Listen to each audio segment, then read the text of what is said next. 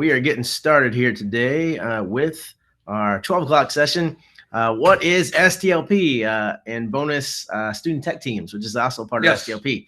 So I'm Russ Hockenberry, and I'm joined by my partner in all things, Stephen Durham. And Stephen and I are proud to present this STLP themed hour for you on the JCBS Gold Day. So we're going to talk about STLP. And if you're not familiar with STLP, the first thing to get to know is the acronym. So STLP is a Student Technology Leadership Program. And it was started over 25 years ago by the Kentucky Department of Education. It's a remnant of the CARA years. So when we think about CARA, a lot of things came out of CARA, right? Kentucky Education Reform Act. Some stuck, some didn't. This is one of those things that stuck. It was a really good thing, product of those CARA years. So what is STLP? We're gonna talk about that today. So STLP, that Student Technology Leadership Program, when we think of STLP, it's a program where there are really three big components to STLP. And those are projects, so project-based learning, and you basically think of it as and this is a bad representation, but it's an accurate representation for many reasons. Think of the science fairs of the past. So kids think of they have a hypothesis and they do an experiment, and then they talk about the results of that experiment. With STLP, when we think about projects, kids look at a problem, all right, and then they think of a possible solution to that problem, and then they talk about the results of their solution. So one popular example is kids might look at the problem of, we've got these devices in our school, and there's just, we've got so many devices at school and they need to be taken care of, right? And maybe devices aren't being charged correctly, or devices aren't being cleaned correctly, or maybe they need help with basic troubleshooting. And so a solution might be at a school to start a student tech team. Great idea. So if you start a student tech team, that's your solution. And so you would talk then at state, if you advance the state, how that solution went. So you look at your problem. We've got these devices. They need to be taken care of. They need to be troubleshooted. The solution, we're going to start a student tech team where students are empowered to take care of these devices and really manage them. And then the results of that, how did that go? Were you successful with your student tech team? Okay. And that's just one possible project. We'll talk about other projects in a minute. And so those projects, they are presented at regionals. And actually regionals this week is happening this year, next week. And it's a virtual regional where kids will present on Google Meets, where they'll present those projects. And so projects is the first component. Products, or DPOJ, digital product online judging, is the second component. And so that's stuff where things are submitted in January, like digital art, digital music, digital storytelling, and PSAs, feature videos, Minecraft. These are all products that are submitted in January that can be then judged against the rest of the state. So the image you're seeing here actually is a digital art submission from Bloom Elementary that was submitted 2 years ago, and that year took first place in the elementary division of digital art. So this was done in Google Drawings too. So just a quick plug for Google Drawings. If you're not using Google Drawings, you can do amazing things in Google Drawings. So this is actually Harriet Tubman. A kid did vector art where he traced an image of Harriet Tubman, and then added a quote from Harriet Tubman in there, and it turned out to be a really cool image. First place, Bloom Elementary digital art competition 2 years ago. The third part of STLP are the challenges. So these happen at the state competition in April. And this year, the state competition is on April 19th. And the challenges are many. There's stuff like coding on demand. So they might give kids a prompt and say, I need you to code this website, and you have an hour and a half or 2 hours to do it. And kids can do a coding project on demand and then be judged against how they did versus the rest of the state. They have design, so website design on demand. Again, they're given a prompt, and they might have a certain time limit to design a website, and that product that they build out is then judged against the rest of the state. The challenge that's pictured here is called Spiro Hero, and it is a challenge where students are tasked with coming up with a story for their Spiro robots and then narrating that story against a set. So you see this elaborate set built out here for their Spiro robots, and they basically tell a story about that robot and what that robot is doing on their set. So it's plot, characters, setting, all that kind of stuff is built into this robot being the main character. A popular version of that was a couple years ago. We had a couple teams do Three Little Pigs. So they made the Spiro robot into either the Big Bad Wolf or the Three Little Pigs, and they built a set, where they might have a straw house. Give me what was it? Straw house, stick house, bricks, and a brick house. Yes. Okay. And so then the Spiro would go around trying to blow down those houses, right? So that was a Spiro Hero entry from a couple years ago. So these challenges happen on April 19th. Again, that's at State and at Rupp Arena. All right, so let's talk about JCPS and STLP and like where we've come as far as where we were with STLP in JCPS versus where we are now. Okay, so STLP it's been a journey. It has been a journey. So we're climbing that mountain, and so we think about STLP and JCPS. Okay, when we think about regional schools that do those big projects that you're talking about, we had 9 schools in 2015 that were STLP schools. So we had 9 JCPS schools that were STLP schools. And when we think back to those years, really STLP was, you've got kids that were taking the Lysol wipes and they were wiping down those keyboards. There wasn't a lot of heavy duty STLP projects back then.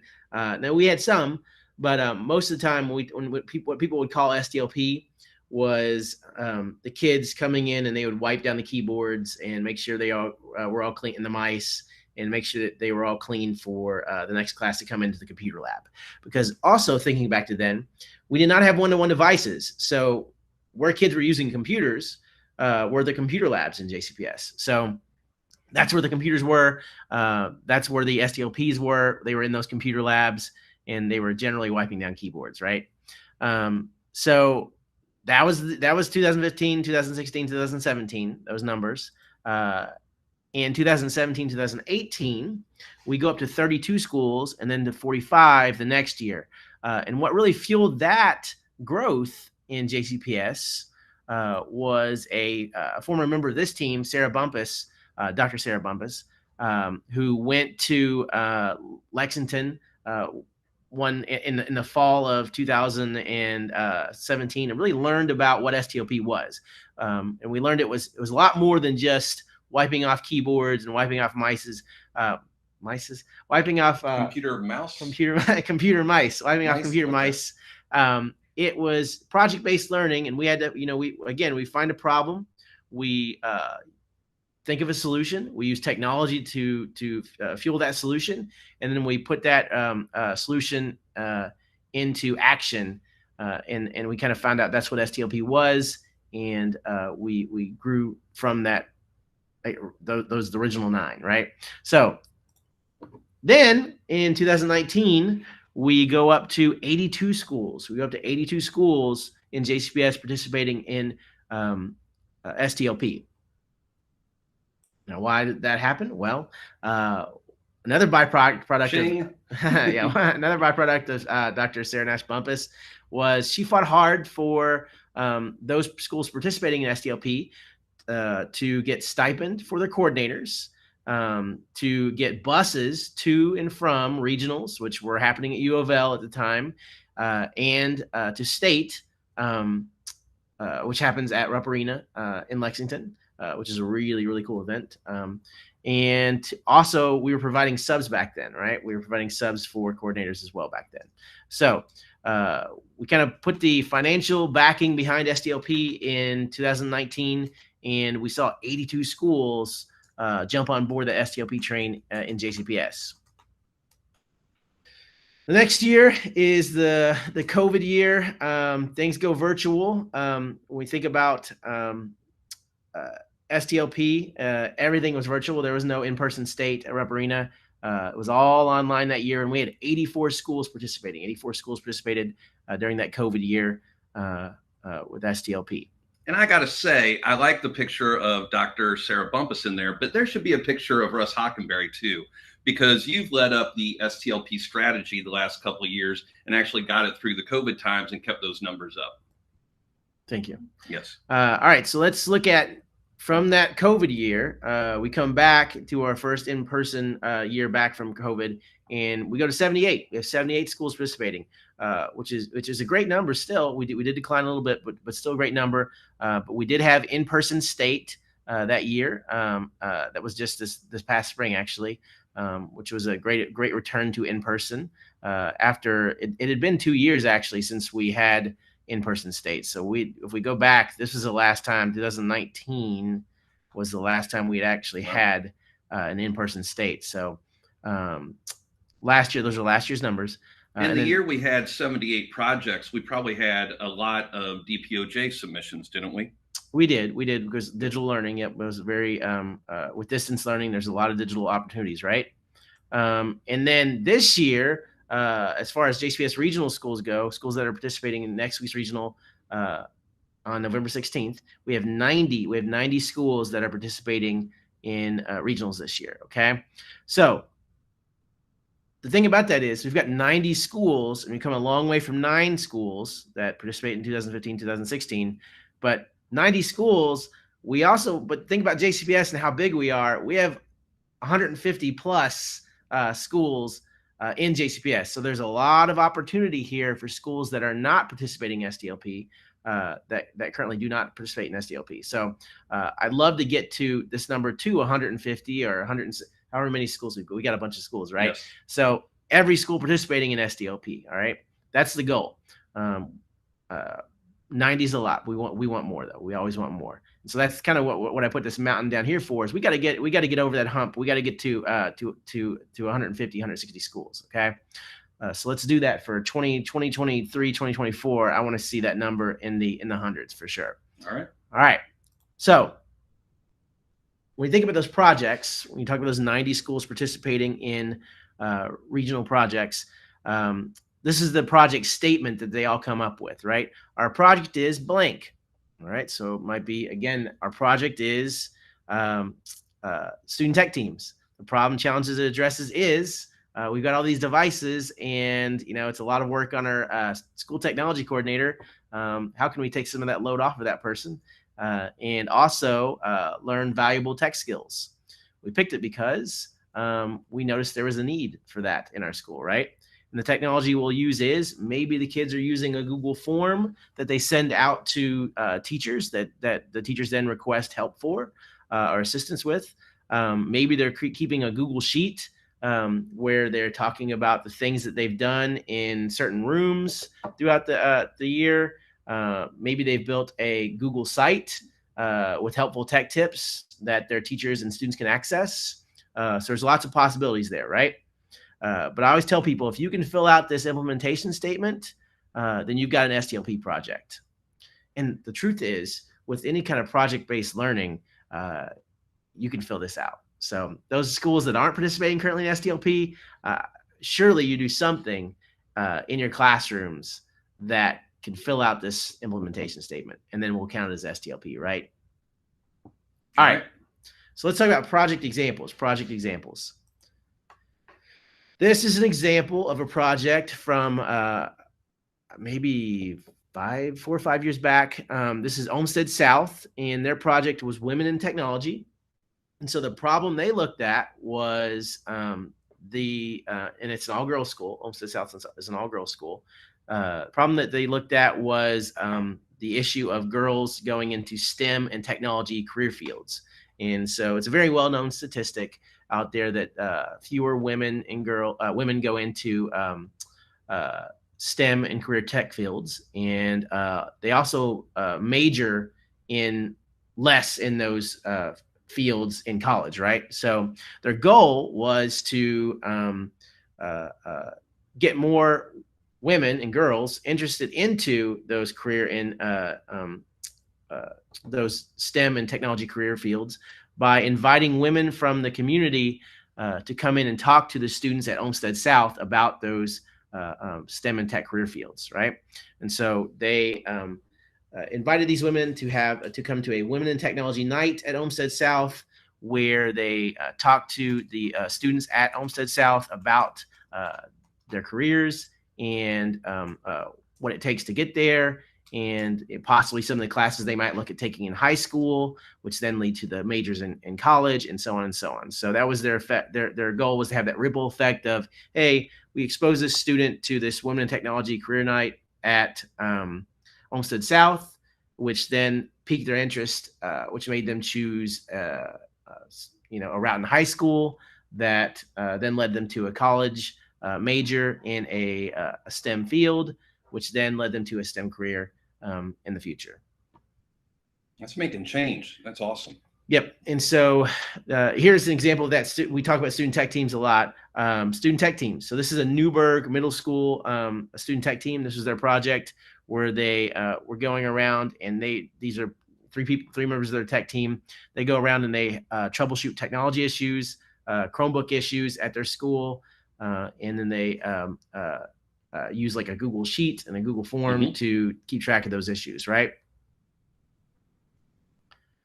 This was a runner-up in the elementary division 2 years ago, the Norton Commons Elementary Diverse Bookfinders Project. And so the issue or the problem they looked at was, we're Norton Commons Elementary, and in our library, we don't have a lot of diversity in our library as far as the books go, right? It's a lot of non-diverse books in our library where the characters aren't so diverse and the authors might not be so diverse. How do we bring in more multicultural books into our library? And so then what they did is they surveyed their community at Norton Commons, and they found out exactly what their demographics were at Norton Commons, but also the demographics of JCPS at large.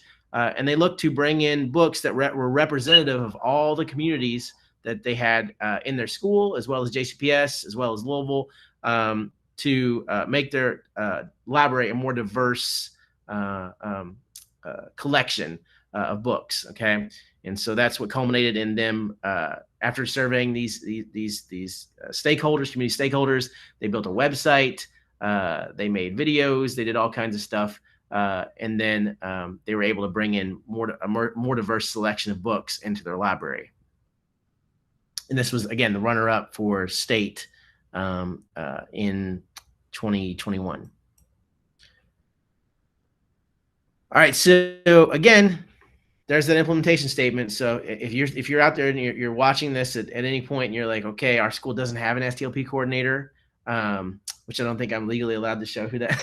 No, it's kidding. Okay. No, I don't want to hurt any feelings. You're looking at this and you're like, we don't have any STLP. We don't have an STLP at our school currently. And you're like, but we do project-based learning, and I know something I do can fill in these blanks. Please get in touch with me or Steven about this. We want to start STLP at your school. All right, so we talked about projects, and we gave you some examples of projects that STLPs do in JCPS. These are those products. These are those DPOJs that are submitted in January, okay? So these are some of those categories like 3D design. Think about if you're using Tinkercad in your school or you're designing anything that is a 3D model in your school, any kind of CAD class in general too. So I'm looking at you high schools, but Tinkercad is everywhere now. It's even in our elementary schools. Now, Russ, anybody can enter DPOJs, right? It doesn't just have to be the STLP lead at a school. Right. So you could enter this if you're doing anything in your class with infographics or digital art or stop motion animation, or you're a librarian and you create book trailers with your students. You can submit those. It does not have to be an STLP coordinator in your school. So anyway, 3D design, animation, augmented reality. Like I said, the infographics is a really popular one. I know most teachers throughout the year, over the past couple of years, have created infographics in Google Drawings, whether it be about an animal or maybe a math infographic. Most of you create infographics, so definitely you've probably got at least one entry here, just kind of sitting there where you're like, okay, wow, Jimmy and Janie did really good on this infographic. Let's turn it in and have it judged against the rest of the state in that category for K through 5 or 6 through 8 or 9 through 12, right? Minecraft is a really popular one among students. A really good example of that is like they do a Minecraft challenge every year with STLP, and last year it was Design the School of the Future. And this year actually it's called Bygone Blocks, and kids have to recreate a moment in history with it. Okay. But a great example of the Minecraft stuff, so many teachers say, I don't know how to do Minecraft. I don't know. Like I've never done Minecraft before. I don't feel comfortable with Minecraft. Tully Elementary has a great coordinator, Molly Adams, last year, who kind of felt the same way. She wasn't exactly comfortable with Minecraft, but she just wanted to pitch the challenge to her students. And so she invited all the students who were interested in the Minecraft challenge last year, the STLP Minecraft challenge of Design a School of the Future. She said, okay, if you're interested, come to the STEM lab at 9:30 on this Wednesday or whatever. And so all the kids that were interested kind of went down to the STEM lab on that Wednesday morning, and she had over 40 kids that just were in that STEM lab where she just told them the rubric. She told them the rubric. She showed them the rubric. She showed them the intro video to it. And she said, okay, if you're interested in this, go forth and create. And they did. So very little work on her, but the kids knew exactly what to do. And so that's the cool thing about some of this technology is you don't have to know a lot about it. The kids know it, and that's what's important. All right. Challenges. We talked a little bit about the challenges before too. So these are the different challenges that occur at the state level. Again, this year it's at Rupp Arena on April 19th. And they've got that coding challenge, the website design challenge. If you've got a student tech team, not only can it be your regional project or your project, it can be a challenge event that you enter as well at state called Help Desk/Support. And that challenge is basically you show up the day of state and your kids give a presentation about how they help Bowen Elementary or how they help Mayo High School with technology issues. Okay. So student tech teams can also enter this Help Desk/Support challenge that happens live at state as well. This is my favorite challenge, game design, that I don't think we've ever had a JCPS school enter. And I really, really want to see a JCPS school enter this game design challenge. It's a 6 through 12, so middle school through high school challenge. And kids just have to design a game. It can be a digital game, so it can be maybe created in something like a Scratch or some sort of digital tool to create that game. So think video game. Or it can be a paper-based game or a turn-based game. Like I've seen kids create their own like card games. So think of like the Dungeons and Dragons type stuff. If a kid creates that kind of game, that can be entered here as well. So it can be a digital or a non-digital game that's entered into this category. All right. Newscast. If your school does a newscast, it can be entered as a live challenge as well. And you can talk about how your kids pull that off and what that looks like. And then this one is the one I tell STLP Tech Bowl, all of my new coordinators that go to state, enter this STLP Tech Bowl. It's the easiest to enter. Think of it as quick recall, but only a technology version. So you're being asked technology specific questions, kids are, and it's just kind of a quick tech recall. All right. So when we think about STLP, STLP is a lot of things, right? It's tech teams, it's robotics, it's coding, it's computer science. All those things are equal to STLP, right? But the beautiful thing about STLP is not equal to tech teams coding computer science. It doesn't work the other way around because STLP is so vast. It is everything that your kids do with technology. Okay, it's the digital art, it's the digital music, it's the infographics, it's everything kids do with technology in a school can be STLP, right? It's the cool part of technology, right? Yeah. It's kids creating with technology. Kids creating, and this is where we want to be. We want to be kids creating with technology. We don't want kids, when they think of technology, thinking of, I'm sitting on a program for 20 minutes a day doing math facts. That's not STLP, okay? But creating stuff with technology, that's STLP. And that's what we want kids to do in schools. So STLP is aspirational. And it's what kids should be doing with technology in schools, right? All right. So I'm back to that statement again. So if you are looking at this and you're like, you know what, we do project-based learning in our school. I want to start STLP.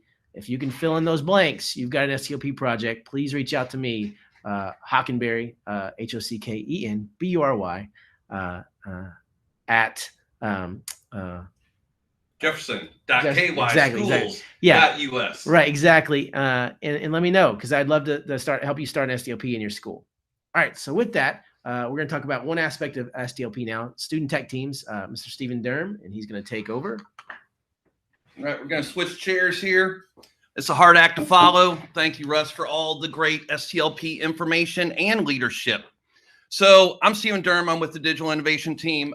Russ is my Zone 3 partner. And and you might have heard people talk about anchors today. One of my anchors is student tech teams. I originally, when the digital backpack rolled out, I was thinking of ways that I could help support my school with the digital backpack, and one of them was a backpack team. Well, now we have all this technology, so I think student tech teams are the way of the future. So there is a need. In the previous iteration you had a school technology coordinator, and they were probably responsible for about 100 devices in a school. They would troubleshoot those devices when there was an issue, and they would submit tickets. Then we had the every one-to-one Chromebook initiative. So schools went from 100 computers to hundreds of devices. We have schools that have thousands of devices right now. So obviously that's more than just one STC can be in charge of.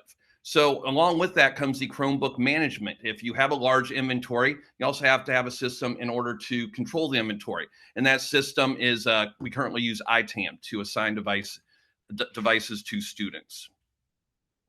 So one thing I was thinking about, when you think about kind of like STLP with student tech teams, you need to find the leaders. Every school, every class has students that excel at technology. Just like Russ was talking about, those kids, Molly Adams at Tully wasn't a Minecraft pro, but her students were. You're going to have students that are technology pros, and being part of a group can make them feel like they're an important part of the school. So you have kids, they might be on the basketball team, the quick recall team. When you're involved in a team or a club, it makes you feel like part of that school. These students being leaders for technology will make them more invested in their school as well. And not all student tech teams need to look the same. Up top, we have the Bloom student tech team. Actually was in an STC meeting with her, and she was telling me, like, I got a lot of devices handled. I'm like, have you thought about getting a tech team together to help you out with that? And she did, and she has like 7 kids working with her, and they help her. Erin Wallace at Dunn Elementary, she had 2 student tech team helpers in every classroom. So every class had technology leaders that could help out with digital backpack. They could help out if there were smart panel issues or interactive panel issues. They were basically the kids to go to, just like a role in the classroom. You have the kid that sharpens the pencils. You can also have a student that's basically in charge to troubleshoot the technology in the classroom. So 3 to 30, it doesn't matter. Basically, what you want to do is create a student tech team that works for you. It's not supposed to be an extra club that you lead. It's not supposed to be an extra responsibility. It's supposed to be, I need help, and I found kids that can help me out. So it can be centralized or in class as well. So one example I have, a great elementary example, one of the first student tech teams I found was at Lockoff Elementary. Melody Walls, great STC there, and she was trying to find ways to get help with her big job of getting devices in every student's hands and taking care of those devices. So she got at school at like 8:30 in the morning every day, and she'd come down and get her day started and work on some Chromebooks. But she noticed that there were some kids hanging out in the cafeteria just waiting for school to start. And so she's like, you know, I'm going to have these kids come help me. I'm going to show them how to power wash a device. I'm going to show them how to do some basic troubleshooting. I'm going to show them to see, like, is this an issue we can fix at school, or is it something that a ticket needs to be submitted for? And those students went from, okay, I know how to power wash a device, to literally technology leaders in the building, to where when the interactive panels were rolled out and teachers needed help getting their document cameras set back up. Miss Walls was out sick, I believe, when it first happened. And these students were setting things up in the classroom, even without direction. They were just ready to go. They were ready to lead. And one of my favorite statements, Miss Walls said that during the quarantine times, during COVID, a couple of the kids got sick and they had to quarantine. And she said she missed them terribly. Like, it was really hard to go back to doing the job by herself when she was used to having a team. So the teacher just got to work every morning, got them going, trained them, and they became leaders. And also they went so far as they presented at KISTI, and their STLP about student tech teams made it to state as well. Another example, I recently got to meet Matt Daniel at Male High School, and I got to meet his Chrome Dogs. Now, the Chrome Dogs have kind of a different approach than the elementary approach. Luckily, they have created a situation in which the help desk is part of their high school schedule. So every day, these student tech team students go to their class help desk, and they're able to be leaders in that class and help work to support their school. They created a website that shows students how to troubleshoot their own devices. So if you're a high school student at Male and your Chromebook isn't working right, you can go to a website and you can do some troubleshooting, directions to power wash, directions to update Chrome probably on there. Lots of information, just basic troubleshooting. After basic troubleshooting, if you're still having issues with your device, the students can submit a ticket using a Google form. That Google form then goes to the Chrome Dogs, and then the Chrome Dogs will pull up the schedule of that student and say, okay, the student, his computer's not working at all. The student is in this class at this time, or this study hall at this time. I'm going to go see, ask the teacher if I can pull them out for a minute and try to fix their Chromebooks. So they literally have a tiered level of support where the students are trying to solve it themselves. And if the students can't take care of it, then it escalates to the student tech team. If student tech team can't take care of it, then it escalates to their STC, who will submit a ticket and get it taken care of. So Chrome Dogs are doing a great job of supporting Male High School with their website and with their technology help. So those are just a couple of examples of how the student tech team can look. And you notice in a lot of those, I'm not talking about what the adult or the teacher is doing. We're talking about what the students are doing and how they're supporting and leading. So how can a student tech team help your school? Just like we talked about troubleshooting. It doesn't have to be a thing where you meet with them every day or once a week or even once a month. But maybe when you can, you get them together and say, hey, this is how you power wash. Or, hey, I would like you guys to go and look at the latest Google updates and just be informed on how Google might change, because it might change some things for your teachers, or it might change some things on how your interactive panel works. And then these students would be in the know and ready to lead. Also, it helps manage devices. Huge amount of devices in schools right now. It's great to have extra hands, even if those hands can just wipe down the device, going back to early STLP, but wipe down a device, power wash the device, get it arranged so that the teacher can easily get it in and out of ITAM, and then help deliver those devices to students. I was thinking we have a great middle school example. I have Matt Rogers at Barrett. His students, literally, they have a loaner system there where if your device isn't working, they will check out a loaner to you for that day or until your device gets back. And then again, when your device gets back or your device is fixed, the student tech team will deliver. They have a class schedule and they will just deliver to you your device. So literally the STC, the only part they're doing is submitting the final ticket, but the students are actually getting the loaner devices to and from students. They can also assist with ticketing, depending on your situation. For example, we talked about that there is a whole separate ticketing system that the students at Male High School have that is taken care of before it becomes an IT ticket for the district. And then also, as Russ talked about earlier, your student tech team can be part of STLP. It can be your regional project. You can go to state and they can compete in that help desk tech support challenge as well. So here's some links that we will, let's see, do we want to share this slide in the chat? Sure. Or it's just be available for you. Yeah. But yes, so if you are an STLP leader at your school, you should be receiving the STLP 3 things every Monday morning. You should be able to, you're welcome to come every Wednesday afternoon for the Launch and Learn bi-weekly Google Meet for Q&A. Those normally last like 15 minutes. Russ just answers all your questions about STLP. And then if you aren't able to make it live, those are available right here on the Digital Learning Channel. Also, there's the important STLP links. You have the state one, you have the super sheet, which is where you get all those rubrics. As someone who has done STLP and judged STLP before, I will tell you that giving your students those rubrics and just making sure you follow that is a great way for them to successfully get through their project and score well. And then also there is the JCPS STLP website at jcps.me/STLP.